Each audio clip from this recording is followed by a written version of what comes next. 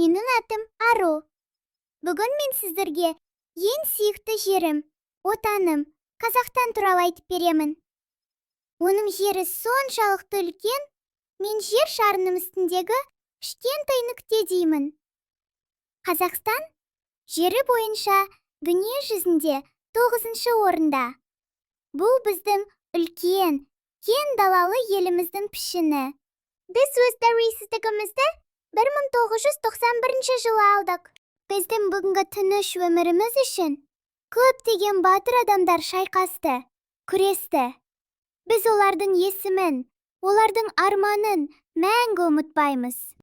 Біздің туымыз көк түсті. Көк түс ашық аспан деген сөз. Ол бейбіт өмірді білдіреді. Туда қыран құс бар. Қыран еркіндіктің белгісі. Ал мынау біздің әсем елтаңбамыз. Әрбір елдің өзіндік әні бар. Біздің де әдемі, мақтанышты әнұранымыз бар.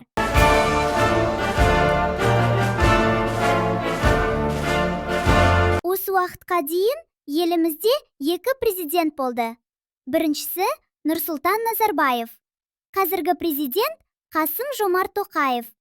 Солай, бұл менің отаным туралы қысқаша ақпарат.